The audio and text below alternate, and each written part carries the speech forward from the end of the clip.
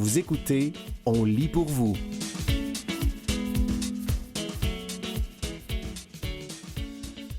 Les conséquences de la guerre sur les femmes et les filles, guide explicatif sur le genre et les conflits, un texte de la rédaction, paru le 20 mai 2026 sur le site ONU Femmes.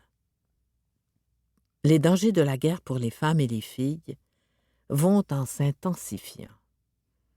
Dans le monde, les conflits s'éternisent, s'intensifient et se déroulent de plus en plus dans les villes et les communautés, plutôt que sur des champs de bataille lointains.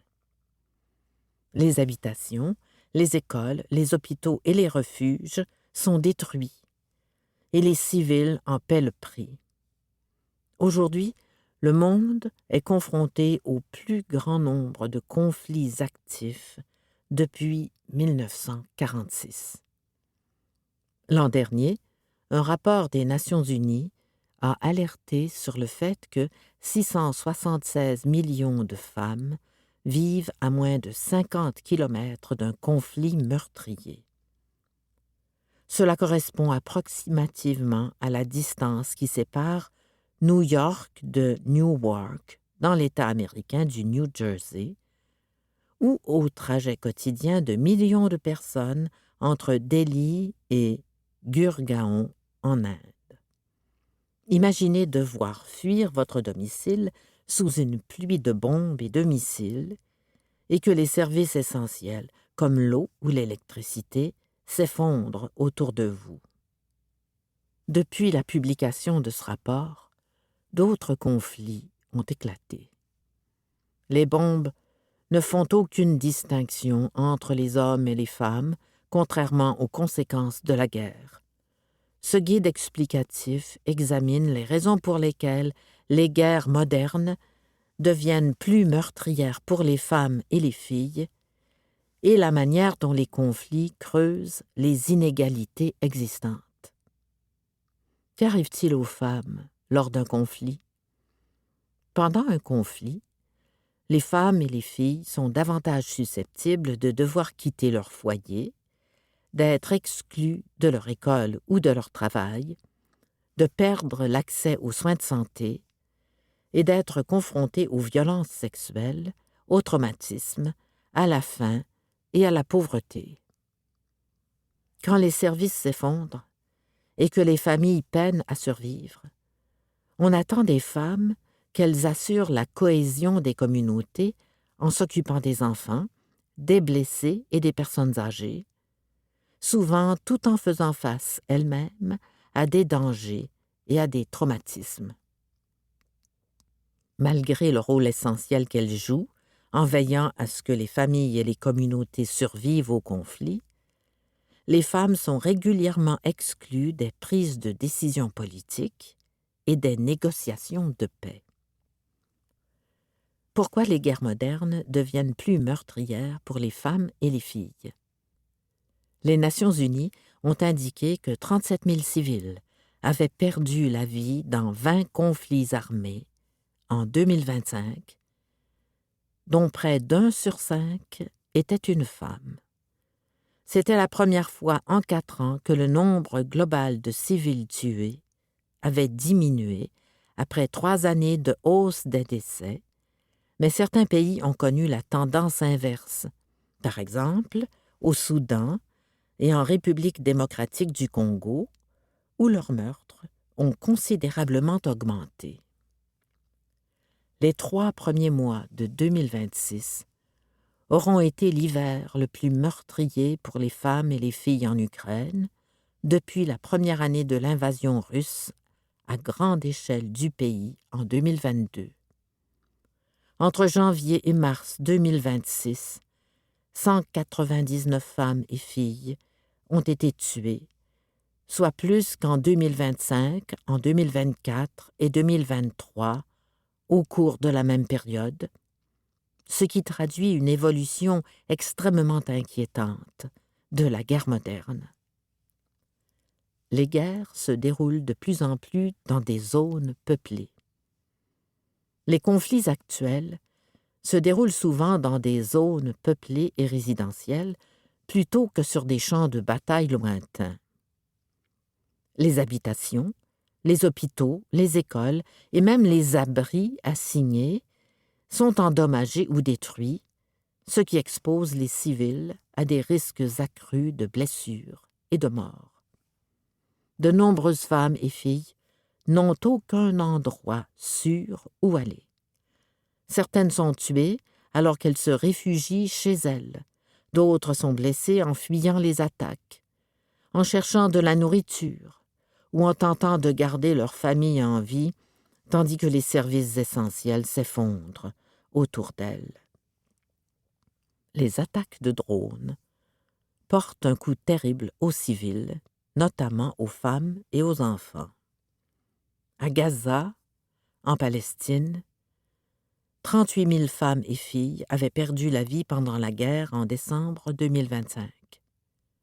D'autres se font encore tuer malgré un accord de cessez-le-feu. Les nombres les plus élevés de décès parmi les femmes et les enfants ont été enregistrés lors de périodes de frappes aériennes intensives, d'attaques de drones et de tirs de missiles, parallèlement à la destruction massive d'infrastructures civiles.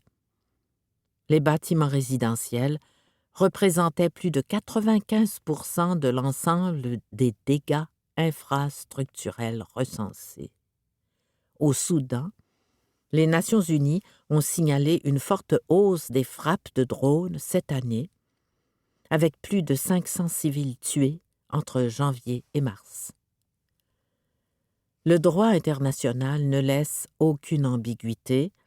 Les attaques contre les civils et les travailleurs humanitaires constituent de graves violations des droits humains. Pourtant, les civils et les infrastructures civiles continuent d'être pris pour cible dans la guerre moderne, souvent en toute impunité. Mona, 13 ans, raconte comment elle a survécu à une double frappe aérienne à Gaza qui a tué sa mère, sa sœur et son frère, détruit la maison familiale et lui a laissé des séquelles qui ont bouleversé sa vie. Nous étions assis au 6e étage lorsqu'ils ont frappé le 7e étage, l'appartement de mon oncle. La femme de mon oncle hurlait « mes enfants sont morts ». Quand je me suis précipitée pour l'aider, ils ont tiré le 2e obus. C'est à ce moment-là que ma mère, ma sœur et mon frère ont été tués. Comment les conflits augmentent-ils les risques de violences sexuelles pour les femmes et les filles? Les violences sexuelles à l'égard des femmes et des filles augmentent considérablement en période de conflit. Dans les guerres qui font rage à travers le monde, les viols et d'autres formes de violence basées sur le genre ont pour but de terroriser les civils, de punir les communautés, de forcer les populations à se déplacer et d'imposer un contrôle. Au Soudan, où la guerre en est désormais à sa 4e année, le conflit a entraîné une recrudescence de violences sexuelles contre les femmes et les filles. Le nombre de femmes et de filles qui ont besoin d'aide après avoir subi des violences basées sur le genre a presque doublé ces 2 dernières années. Il a quadruplé depuis le début de la guerre, selon le dernier rapport d'ONU Femmes. Des femmes et des filles sont violées et tuées chez elles, et lorsqu'elles tentent de fuir, de trouver de la nourriture et de l'eau et d'obtenir des soins médicaux, déclare Anna Moutavati, directrice régionale d'ONU Femmes pour l'Afrique de l'Est et Australe. Le Soudan n'est pas un cas isolé. Dans tous les conflits, la violence sexuelle continue d'être utilisée comme une arme de guerre, une tactique délibérée visant à terroriser, à humilier et à fracturer les communautés. Dans les zones touchées par des conflits, l'absence de poursuite pour ces crimes continuent d'alimenter les cycles de violence et d'impunité. La peur et la stigmatisation sociale empêchent également beaucoup de femmes et de filles de signaler les violences et d'accéder à un soutien. Vous écoutez Les conséquences de la guerre sur les femmes et les filles, guide explicatif sur le genre et les conflits, un texte de la rédaction paru le 20 mai 2026 sur le site ONU Femmes. Les Nations unies ont vérifié plus de 9300 signalements de cas de violences sexuelles liés au conflit en 2025, un nombre en hausse par rapport aux 4600 cas signalés en 2024. Compte tenu des obstacles qui empêchent les signalements, les cas vérifiés ne sont que la partie immergée de l'iceberg. Le nombre réel devrait être bien plus élevé. Vous écoutez Les conséquences de la guerre sur les femmes et les filles, guide explicatif sur le genre et les conflits, un texte de la rédaction paru le 2 mai 2026 sur le site ONU Femmes. Que sont les violences sexuelles liées au conflit? Les violences sexuelles liées au conflit ne sont pas des actes de violence aléatoires ou inévitables qui surviennent simplement lors d'une guerre. Il s'agit souvent d'une stratégie délibérée visant à briser les communautés et les liens sociaux, à terroriser et à déplacer les populations, ainsi qu'à prendre le contrôle. Elles peuvent inclure le viol, l'esclavage sexuel, le mariage forcé, la stérilisation forcée et le trafic des personnes à des fins d'exploitation sexuelle. Tout le monde peut subir des actes de violence sexuelle liés au conflit, mais les femmes et les filles représentent plus de 95% des victimes des cas signalés. Dans quelle mesure les conflits et les déplacements affectent-ils différemment les femmes et les filles? À la fin de l'année 2024, 123,2 millions de personnes avaient été déplacées de force en raison de conflits, de violences, de persécutions et de violations des droits humains. Les femmes et les filles déplacées par un conflit sont confrontées aux situations suivantes. Un risque accru de violence basée sur le genre, d'exploitation et d'abus. Des refuges surpeuplés offrant peu d'intimité ou de sécurité. Un accès perturbé aux soins de santé, aux revenus, à l'éducation et à la protection. Des déplacements répétés et le risque d'être séparés de leur famille et de leur réseau de soutien. Moins d'un mois après l'intensification des combats au Liban, un quart des femmes et des filles avaient été déplacées. Malgré l'entrée en vigueur d'un accord de cessez-le-feu le 17 avril, les familles au Liban continuent de se déplacer entre les refuges et leurs maisons, vivant sous la menace constante de la mort et dans la crainte de devoir fuir à nouveau. Au Soudan, il reste encore 4,3 millions de femmes et de filles parmi les populations déplacées à l'intérieur du pays et des millions d'autres ont fui vers les pays voisins.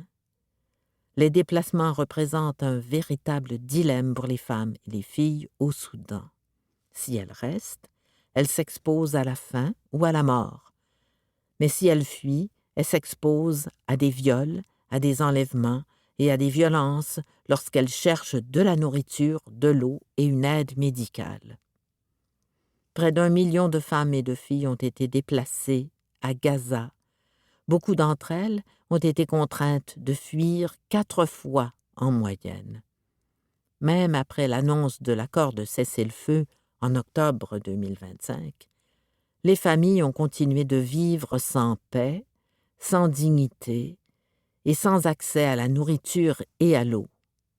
La guerre à Gaza a déchiré les familles et beaucoup de femmes doivent tenter de préserver ce qui reste de leur vie de famille après avoir perdu leur mari et des proches. Comment les conflits affectent-ils la santé physique et mentale des femmes? La faim, les blessures et l'effondrement des systèmes de soins de santé. En décembre 2025, le système de santé de Gaza s'effondrait sous le poids de la guerre. Les Nations unies ont indiqué que le système de santé dédié aux mères et aux nourrissons avait été décimé suite aux attaques d'Israël qui ont détruit 94% des hôpitaux et bloqué l'accès aux fournitures médicales. Pour les 11 000 femmes et filles blessées qui souffrent désormais de handicap à vie, il n'y a pas suffisamment de médecins, de médicaments, ni d'établissements de santé opérationnels. Les femmes accouchaient sans soins médicaux adaptés et les civils blessés peinaient à accéder ne serait-ce qu'à des traitements de base. Il était même devenu impossible de répondre aux besoins les plus élémentaires.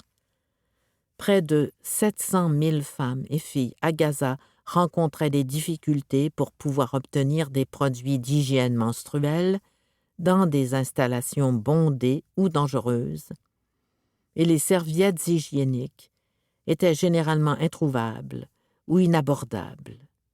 De plus, la famine se propageait rapidement.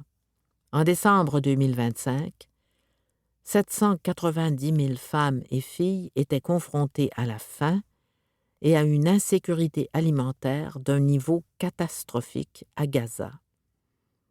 Les femmes sont souvent les dernières à manger et elles mangent moins lorsque la nourriture se fait rare, ce qui les expose à un risque accru de complications de santé à long terme. ONU Femmes a demandé à une femme médecin de Gaza quelles étaient ses conditions de travail actuelles là-bas.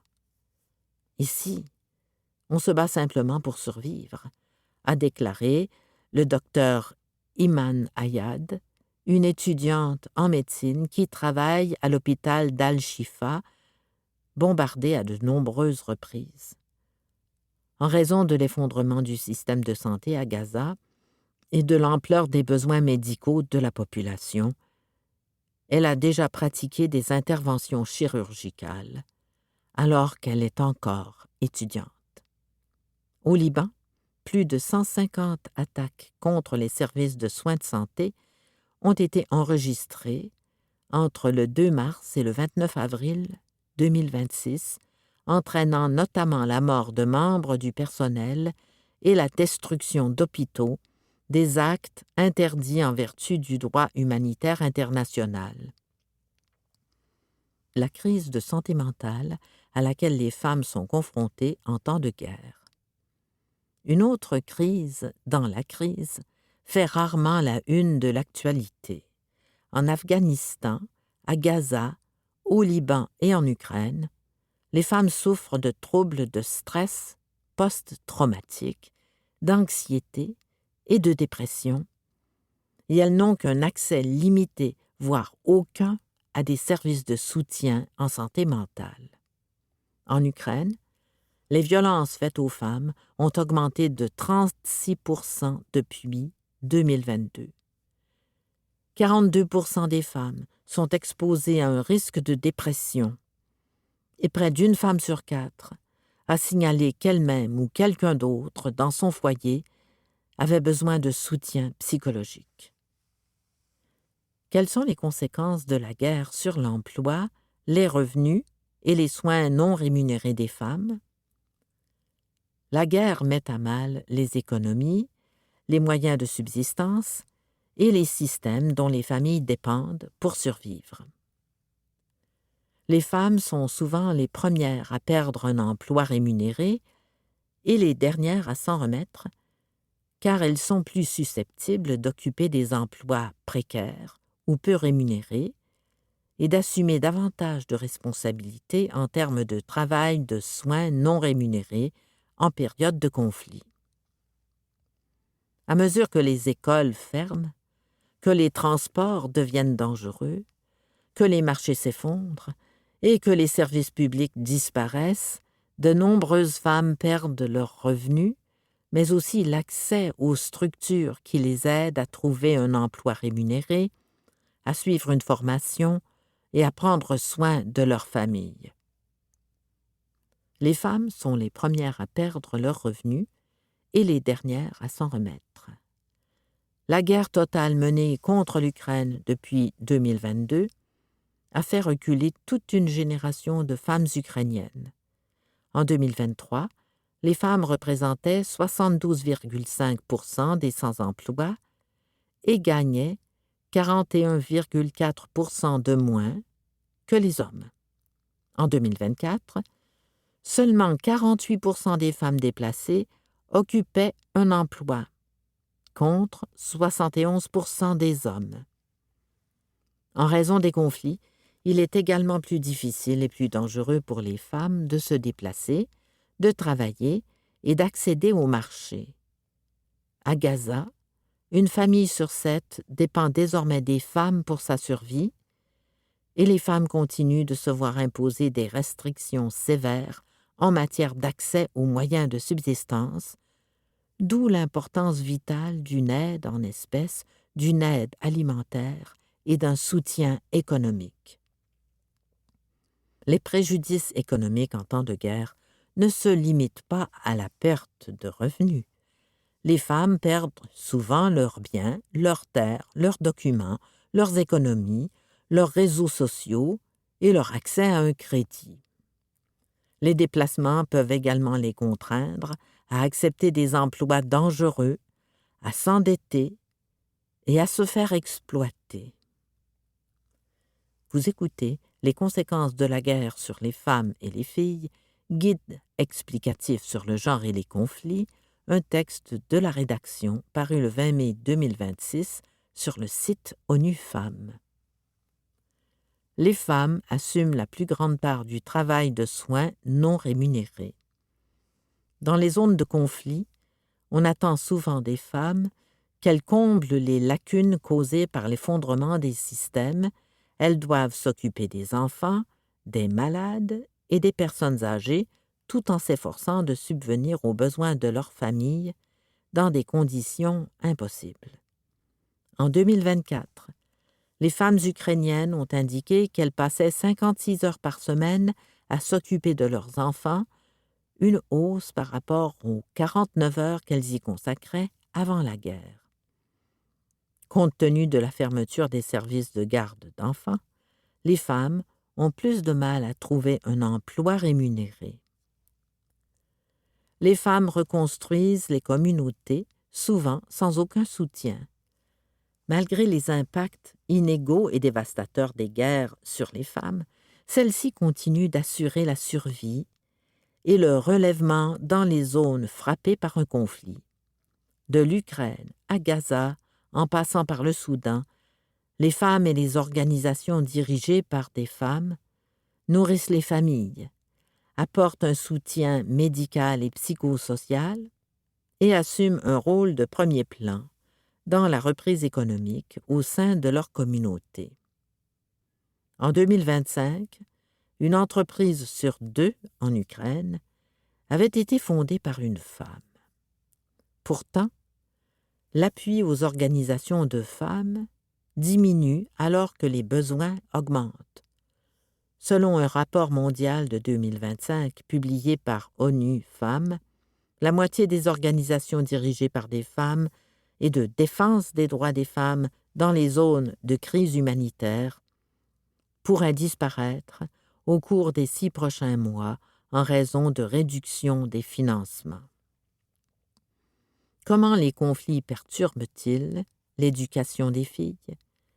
À l'échelle mondiale, 119 millions de filles ne sont pas scolarisées. Dans les pays touchés par un conflit, les filles risquent 2 fois plus de ne pas être scolarisées que celles qui vivent dans des pays non touchés par un conflit. La guerre vole l'avenir des filles. Quelques semaines après le début de la guerre en Ukraine, Olesia Bozko, ancienne diplomate et fondatrice de Space of Knowledge, une organisation de la société civile basée à Kiev, qui œuvre pour l'innovation pédagogique, a pris conscience du fait que l'invasion à grande échelle de l'Ukraine était une guerre contre l'éducation.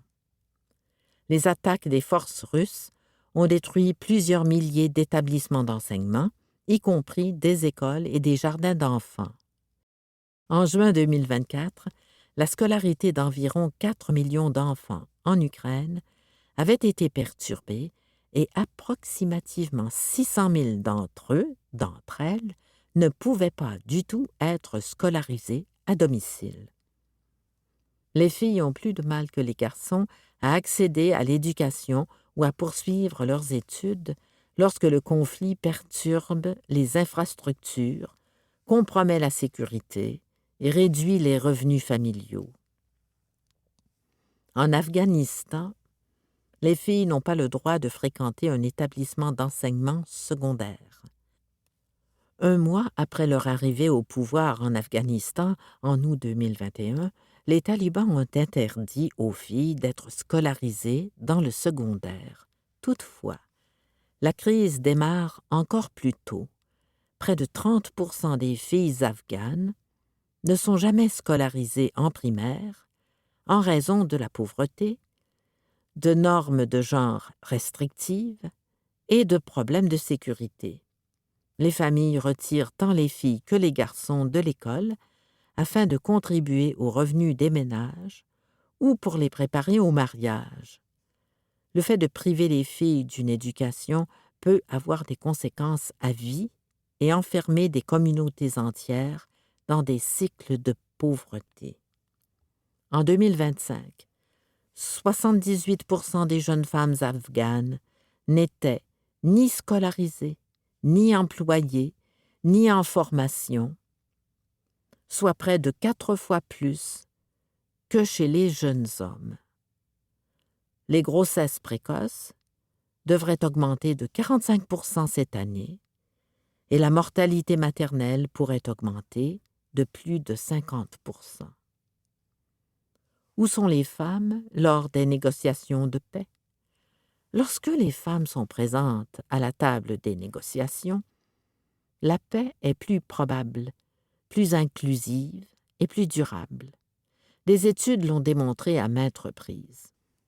Au Mali et dans les régions frontalières du Niger, quand la participation des femmes locales à la prévention des conflits est passée de 5 à 25% entre 2020 et 2022, cela a permis de résoudre plus de 100 conflits liés aux ressources naturelles locales. Le processus de paix en Colombie a montré au monde entier ce qui se passe quand les femmes sont présentes à la table des négociations de paix au lieu d'être reléguées au second plan. Après 52 ans de conflits armés, alors que la paix semblait impossible, des associations de femmes colombiennes ont refusé de baisser les bras. Dans les années 2010, alors qu'un processus de paix commençait à prendre forme, les femmes de tout le pays se sont mobilisées avec le soutien d'ONU Femmes. Elles voulaient une place à la table des pourparlers de paix où les conditions de paix et de la reprise allaient être négociées. En 2016, lors de la signature de l'accord de paix officiel, les femmes représentaient 20% des membres de l'équipe de négociation du gouvernement national et 43% des délégués des Forces armées révolutionnaires de Colombie, FARC, soit la proportion la plus élevée de l'histoire moderne. Cela a abouti au tout premier accord de paix au monde à intégrer pleinement une perspective de genre, avec plus de 100 engagements en faveur des droits des femmes. Quand la paix a été signée sur le papier, les femmes ont exigé et obtenu des dispositions visant à protéger et à promouvoir les droits des femmes et à garantir que ce qui leur était arrivé ne se reproduirait plus jamais. Pourtant, si l'on considère la moyenne mondiale, les femmes ne représentent que 7% des négociateurs et 14% des médiateurs dans les processus de paix officiels. Trop souvent, ceux qui déclenchent les guerres sont invités à la table des négociations de paix et ceux qui s'investissent véritablement pour la paix, comme les groupes de femmes, sont systématiquement et constamment mis à l'écart. Cela dit, les femmes n'abandonnent pas et ne restent pas les bras croisés. Elles continuent à assumer des rôles majeurs dans la consolidation de la paix à l'échelle locale. Par exemple, les femmes artisanes de la paix en Éthiopie, au Libéria et au Kenya ont influencé les processus et les accords de paix au niveau local, régional et national. Des femmes au Yémen ont négocié l'accès des civils à l'eau. En 2024, les signataires des seuls accords de paix à avoir été conclus au Soudan du Sud comprenaient des représentantes de groupes de femmes. Comment ONU Femmes soutient-elle les femmes et les filles dans les zones de conflit? ONU Femmes est présente sur le terrain dans les zones de conflit à travers le monde. Nous travaillons avec les femmes et les filles pour les femmes et les filles. Le soutien que nous apportons est à la fois vital et durable. Nous collaborons avec des organisations dirigées par des femmes et de défense des droits des femmes afin de fournir des services de protection, des soins psychosociaux, une assistance financière et des opportunités génératrices de revenus pour les femmes. Notre travail repose sur le principe selon lequel les femmes doivent avoir leur mot à dire dans les décisions qui affectent leur vie et leur communauté. Nous veillons à ce que les expériences et les besoins des femmes et des filles orientent les interventions humanitaires et les efforts de relèvement, tout en intégrant l'égalité des sexes dans les systèmes de planification, de coordination et de financement d'urgence.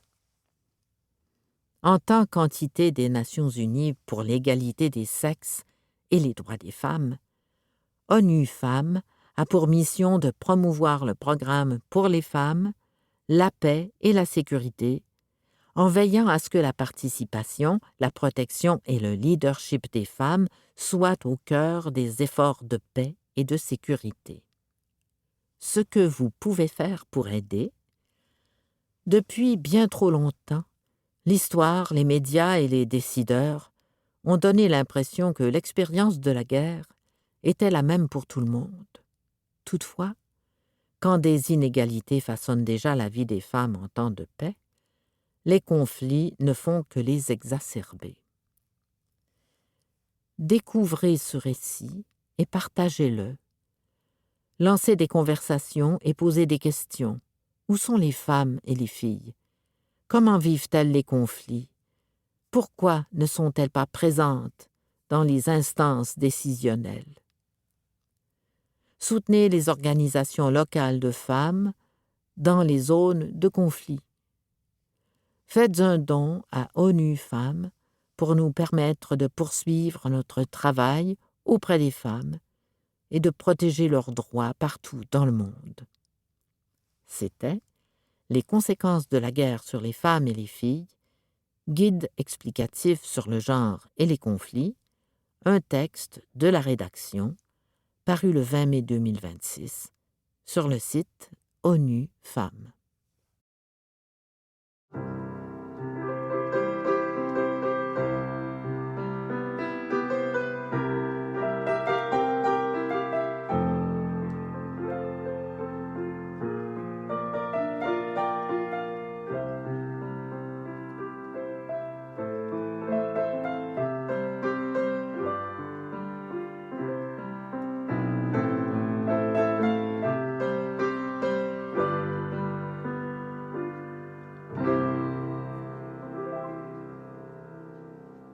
La tante de George Washington.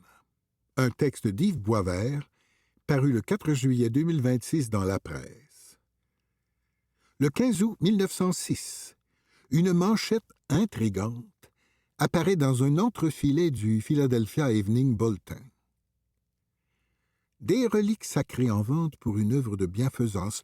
La fille du général Robert E. Lee met en vente 2 tentes ayant appartenu à George Washington. Mary Custis Lee voulait amasser 10 000 $ afin de financer une maison de retraite pour les veuves des officiers de l'armée confédérée. On a eu beau les qualifier de sacrés, ces objets encombrants n'ont pas trouvé preneur. Il a fallu attendre 3 ans pour qu'un pasteur, Herbert Burke, achète pour 5 000 $ la tente où Washington dormait auprès de ses troupes et réunissait son état-major. Et encore, en échelonnant les paiements sur 5 ans, le père Burke voulait construire un musée de l'histoire américaine. Le projet a vivoté, mais la tente a survécu. 1 siècle plus tard, elle est exposée au musée de la Révolution américaine à Philadelphie. Quand j'y étais au printemps 2026, c'est avec un immense « Oh » que les écoliers de 10 à 12 ans ont assisté au dévoilement de la tente qui survient après chaque projection d'un court documentaire. La mise en scène est parfaite. La tente de 250 ans, en tissu d'Égypte, apparaît en clair-obscur comme si le général Washington allait en sortir. L'itinéraire de l'objet, lui, est une sorte de condensé de l'histoire américaine et du mythe entourant Washington. Pour l'historien Scott Stephenson, directeur du musée, cette tente symbolise le sacrifice physique de Washington, alors un des hommes les plus riches de Virginie. Il possédait, avec sa femme Martha, un imposant domaine à Mount Vernon, était propriétaire de plus de 300 esclaves et spéculait lourdement sur les terres indiennes. Car, avant même d'être une révolte fiscale ou une lutte contre la tyrannie britannique, la guerre d'indépendance était motivée au départ par la volonté d'étendre les possessions des colons en territoire autochtone, ce que Londres interdisait. Or, pendant les 8 ans qu'a duré la guerre d'indépendance, 1775-1783, Washington est resté presque en permanence avec ses troupes, même au plus creux du conflit et des privations. Il faut savoir que les révolutionnaires, qui commençaient à peine à se nommer américains, ont perdu la plupart de leurs combats. C'est une guerre d'usure que cette armée déterminée mais mal équipée, mal entraînée, a finalement gagné en grande partie grâce à l'appui de la France. Washington a assis son autorité morale en restant avec ses troupes tout le long, raconte M. Stephenson.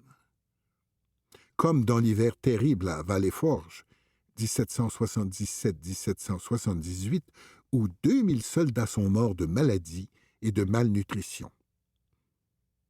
C'est en soi un tour de force d'avoir maintenu cette armée à travers les défaites. Dans son célèbre discours de démission comme général, en 1783, Washington vante cette improbable armée unie sous son commandement. Qui, sans l'avoir vécu, aurait pu imaginer que ces hommes venus de divers endroits du continent et fortement enclins à se mépriser et à se quereller entre eux, deviendraient immédiatement des frères d'armes?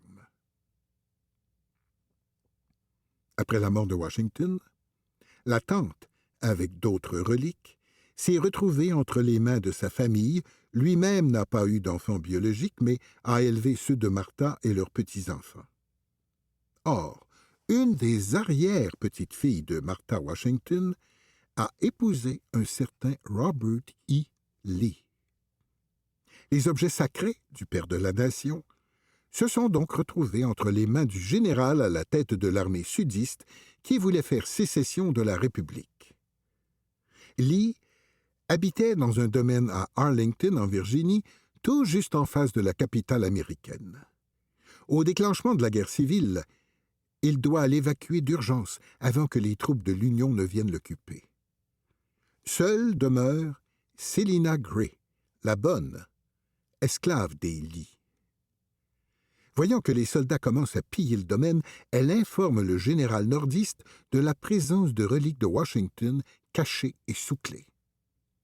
C'est ainsi que la tente est transférée en 1863 au bureau des brevets à Washington, où elle a été fièrement exposée comme un butin de guerre dérobé aux sécessionnistes. La guerre prend fin en 1865. La tente est repliée, entreposée. La famille Lee se rend jusqu'en Cour suprême pour récupérer son domaine. Pour 150 000 $, le gouvernement fédéral prend néanmoins possession du terrain pour en faire le fameux cimetière national d'Arlington. La tente? Elle est dans les voûtes des musées nationaux, Smithsonian. C'est finalement le président William McKinley qui ordonne de la redonner à la fille du général Lee en 1901. Voilà comment la demeure de soldats de Washington a servi à financer la retraite des veuves d'une guerre menée pour maintenir l'esclavage. L'ironie n'est pas si grande. Pendant la guerre de sécession, 1861-1865, tant le Nord que le Sud revendiquent la figure de Washington.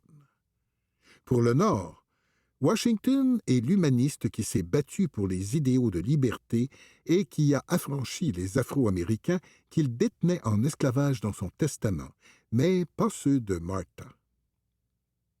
Pour le Sud, Washington prouvait que l'on pouvait être un homme admirable, vertueux, tout en étant propriétaire d'êtres humains. Dans un ouvrage fascinant, l'historien François Furstenberg, professeur à Johns Hopkins, montre comment on a construit le mythe de George Washington et comment on l'a entretenu tout de suite après sa mort. Washington était le ciment nationaliste qui a uni un nouveau pays autrement très divisé, fragile, pendant tout son premier siècle d'existence. Une division qui a culminé avec la guerre civile, mais qui connaît des répercussions encore aujourd'hui.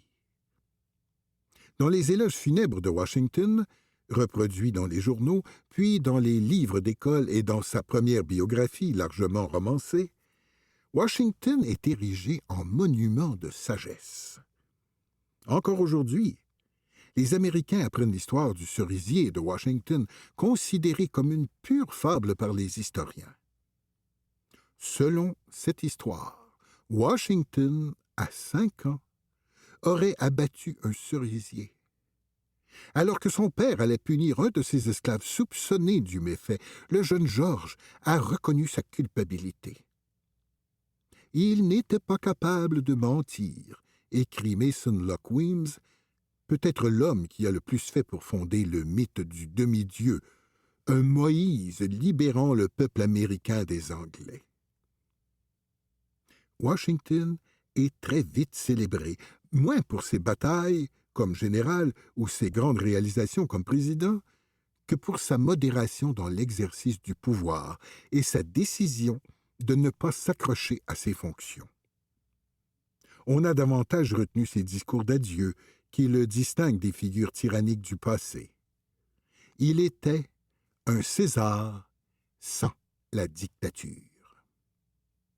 Nul doute que son départ volontaire après 2 mandats a créé une tradition proprement révolutionnaire de transfert pacifique du pouvoir. Et un peu comme la déclaration d'indépendance, universellement révérée à droite comme à gauche, la figure mythifiée de Washington est utilisée par toutes les factions politiques. Comment raconter l'histoire sous une présidence qui retire des panneaux relatant des moments sombres du pays? Il faut peut-être commencer par constater que l'histoire, partout, a toujours été un terrain miné politiquement. Il n'y a jamais eu de moment uni aux États-Unis. Scott Stevenson ne s'aventure pas sur le terrain politique en ce demi-quincentenaire. La majorité des gens acceptent l'idée que l'histoire américaine comprend des réalisations incroyables et des erreurs terribles, qu'ils doivent être enseignés et dont on doit tirer des leçons. C'est un message assez simple, en fait. Son musée veut plutôt mettre l'accent sur les interrogations que donner des réponses. Il y avait plusieurs perspectives à l'époque de la Révolution aussi. On estime en effet qu'un tiers des Américains étaient pour l'indépendance, un tiers était loyaliste et un tiers indifférent ou entre les deux. L'histoire n'est pas une vérité que vous excavez et que vous exposez. C'est un dialogue avec le passé. Ça dépend donc des questions que vous posez. Qui, par exemple, sait qu'en 1776, la Constitution du New Jersey donnait le droit de vote aux femmes et aux Noirs libres, jusqu'à ce qu'on l'amende en 1807. Il ne faut pas craindre les côtés sombres, mais en préservant l'optimisme radical du moment. Dès que la Déclaration d'indépendance a été publiée, des Noirs et des Juifs y ont vu un outil pour la promotion de leurs droits.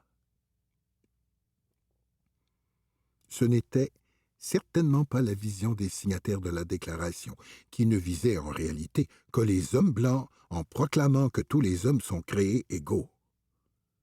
Washington ne pensait certainement pas aux esclaves de sa plantation en se battant pour ce texte. C'est tout de même dans ces mots que les abolitionnistes de Frederick Douglass à Abraham Lincoln ont puisé leur inspiration. Vous savez, personne à l'époque de l'adoption de la Constitution, 1787, ne pensait que c'était une œuvre achevée, observe Scott Stevenson. Ça commence d'ailleurs par ces mots « pour créer une union plus parfaite ».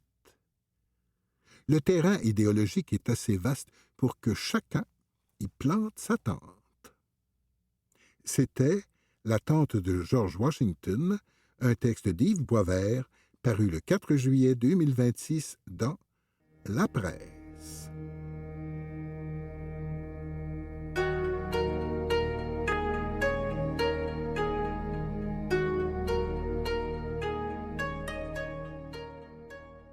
Six symptômes de démence qui peuvent se manifester des années avant le diagnostic.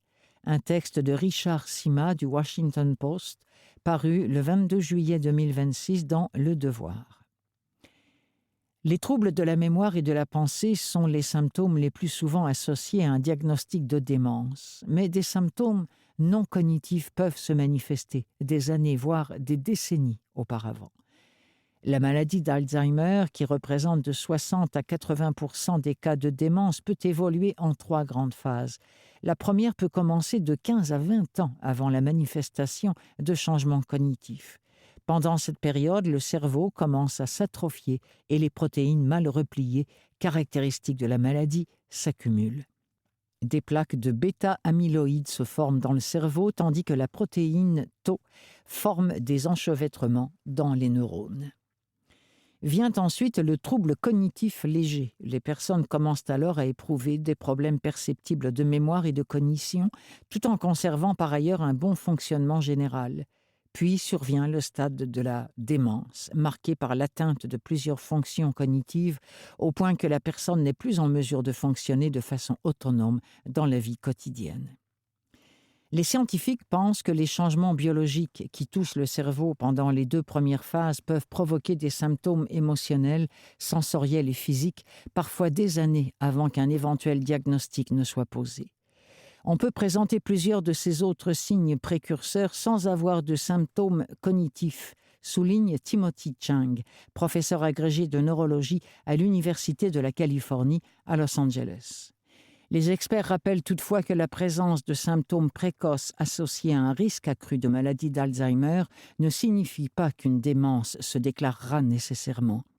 Environ 45% des cas de démence peuvent par ailleurs être évités grâce à des changements dans les habitudes de vie.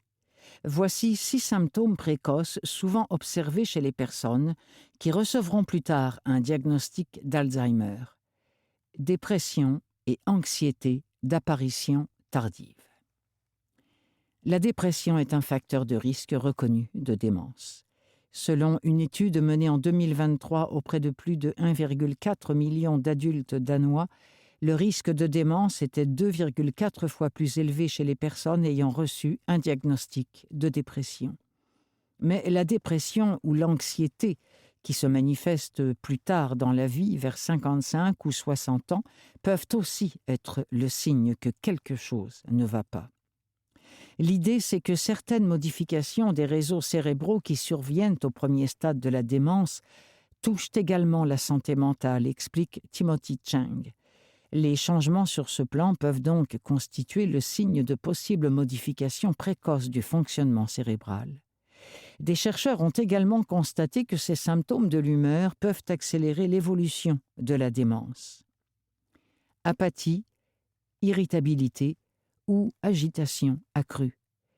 Les symptômes neuropsychiatriques comme l'irritabilité et l'agitation sont fréquents dans la maladie d'Alzheimer et peuvent apparaître avant le déclin cognitif.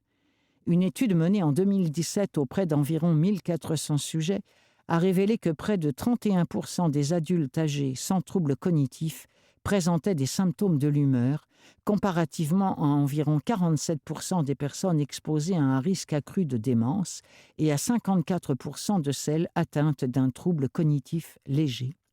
Parmi les personnes chez qui on observe des biomarqueurs de l'Alzheimer, environ 50-60% présentent au moins un symptôme neuropsychiatrique, indique Adam Turnbull, enseignant en psychiatrie et en sciences du comportement à l'université Stanford. Il a récemment publié un article sur les perturbations de la régulation des émotions au stade préclinique de la maladie d'Alzheimer. Si vous vous sentez constamment en colère et de mauvaise humeur, que vous rabrouez les gens et que vos relations semblent marquées par des disputes récurrentes et une atmosphère négative, consultez un psychiatre gériatrique afin d'obtenir du soutien en santé mentale, recommande-t-il. Troubles du sommeil. Puisqu'un sommeil de qualité peut jouer un rôle protecteur, un mauvais sommeil peut être le signe que quelque chose cloche, souligne Adam Turnbull. L'apnée du sommeil et d'autres troubles du sommeil, notamment la somnolence diurne excessive, le syndrome des jambes sans repos et les troubles du sommeil liés au rythme circadien, sont associés à un risque accru de démence selon une méta-analyse de 39 études publiées en 2025. L'insomnie ou un sommeil nocturne insuffisant peuvent également précéder la démence. Une étude menée auprès de plus de 4400 adultes âgés sans troubles cognitifs a montré que dormir moins la nuit ou davantage le jour était associé à une accumulation accrue de bêta-amyloïdes dans le cerveau, une caractéristique biologique de l'Alzheimer. À l'inverse, chaque heure supplémentaire de sommeil nocturne était associée à une diminution des taux de bêta-amyloïdes. Les recherches laissent penser que le sommeil peut aider le cerveau à évacuer ces déchets, dont la bêta-amyloïde. Il n'y a évidemment pas lieu de s'inquiéter au sujet d'une sieste d'après-midi. En revanche, dormir beaucoup le jour et mal la nuit peut être préoccupant, précise Adam Turnbull. Perte de l'odorat. Les capacités olfactives sont liées à la santé cérébrale et la perte de l'odorat figure souvent parmi les premiers signes de maladies neurodégénératives, dont l'Alzheimer et le Parkinson. Environ 85% des personnes qui en sont au premier stade de la maladie d'Alzheimer éprouvent des troubles de l'odorat. Le système olfactif entretient un lien particulier avec le cerveau. Comparativement aux informations transmises par d'autres sens comme l'ouïe et la vue, les signaux olfactifs sont acheminés plus directement vers le cortex. Ils rejoignent ensuite des régions essentielles à la cognition, à la mémoire et à l'humeur, notamment l'hippocampe et l'amygdale. Fait étonnant, le nerf olfactif peut se régénérer et l'odorat peut s'améliorer grâce à l'entraînement. Des données préliminaires laissent même croire qu'un entraînement olfactif peut améliorer les capacités cognitives, y compris chez les personnes dont l'odorat est normal. Ralentissement de la marche. Pendant des années, on a considéré comme une conséquence normale du vieillissement le fait de marcher plus lentement, de faire de plus petits pas ou d'adopter une démarche plus écartée. Or, les recherches indiquent maintenant que ces changements peuvent précéder et annoncer une atteinte cognitive ou d'autres problèmes neurologiques. Une étude menée en 2024 auprès de plus de 1300 adultes en bonne santé de plus de 65 ans a montré que les capacités de marche, notamment la vitesse et la capacité d'effectuer un tour complet sur soi-même, pouvaient commencer à diminuer jusqu'à 10 ans avant l'apparition d'un déclin cognitif. Diminution de la force de préhension. La force de préhension est étroitement liée à un vieillissement en santé et pourrait être un meilleur indicateur de l'espérance de vie que la pression artérielle. Une force de préhension moindre est également associée à un moins bon état cognitif. Selon une étude récente portant sur plus de 190 000 adultes, chaque baisse de 11 livres, environ 5 kilos, de la force de préhension était associée à une hausse de 20% du risque de démence chez les hommes et de 12% chez les femmes. La force de préhension plus faible était aussi liée à des résultats inférieurs dans les exercices de résolution de problèmes et à une moins bonne performance lors d'une tâche de mémoire. Les médecins évaluent notamment la fragilité physique à partir de la force de préhension et de la démarche. En médecine, la fragilité physique signifie que l'organisme est plus vulnérable à la maladie et aux blessures. Elle constitue à la fois un facteur de risque de démence et un possible signe avant-coureur susceptible d'apparaître une dizaine d'années avant les premiers symptômes cognitifs. Quand consulter? Si vous êtes une personne âgée et que vous remarquez ces symptômes, je ne paniquerai pas en concluant d'emblée à la démence, dit Adam Turnbull. Il est fort probable qu'il n'ait rien à voir avec un problème neurologique. Mais si votre mémoire ou vos capacités de réflexion vous inquiètent, surtout en présence de l'un ou l'autre de ces symptômes, il est important d'en parler à votre médecin. Les progrès récents des méthodes diagnostiques, notamment la tomographie par émission de position, la ponction lombaire et un nouveau test sanguin, permettent de détecter plus tôt les biomarqueurs de la maladie d'Alzheimer, ce qui pourrait hâter la mise en route d'un traitement. Je pense qu'il est utile de se faire évaluer et d'obtenir l'avis d'un médecin qui pourra dire si la situation est préoccupante ou non, affirme Timothy Chang. Comment réduire son risque de démence? Le risque de démence comporte une composante génétique, mais il existe tout de même de nombreuses façons de le réduire. L'an dernier, l'essai clinique américain US Pointer a montré qu'une combinaison d'exercice physique, d'alimentation saine, d'activités sociales et de jeux cognitifs pouvait améliorer les fonctions cognitives des personnes âgées exposées à un risque de déclin cognitif ou de démence. D'autres études ont conclu qu'éviter l'alcool, maintenir sa vaccination à jour et protéger son ouïe pouvaient contribuer à préserver les fonctions cognitives. C'était 6 symptômes de démence qui peuvent se manifester des années avant le diagnostic. Un texte de Richard Sima du Washington Post, paru le 22 juillet 2026, dans Le Devoir.